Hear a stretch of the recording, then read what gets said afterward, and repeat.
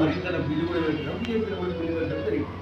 So ఇప్పుడు Madiga lawyers federation అనేది కానీ ఎంఆర్పిఎస్ అనేది కానీ ఏదైతే ఉద్యోగం చేసుకుంటూ వచ్చిందో దానికి ముందుగా పడినట్టే. కానీ ఆర్గనైజేషన్ ఇంకా వేరే సమస్యల మీద ఏమంటే భవిష్యత్తులో ఉంటాడతానికి వస్తుంది.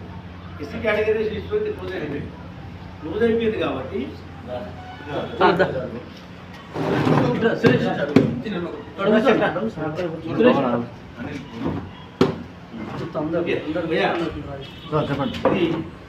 ఇది అయిపోయింది కాబట్టి మళ్ళీ తిరిగి ఎస్సీ ఎస్టీలు అందరూ కూడా ఏకమై ఉంటేనే ఏమైనా అవకాశాలు వస్తాయి అని చెప్పి అంటే నేను ఆ మీటింగ్లో కానీ మన రత్నం తొలూరు వెంకటరత్నం మీరు సింధు నాయక్ వీళ్ళు ఒక 5-10 మంది కలిసి కూర్చొని వాళ్ళు డిస్కషన్ పెట్టుకున్నారు.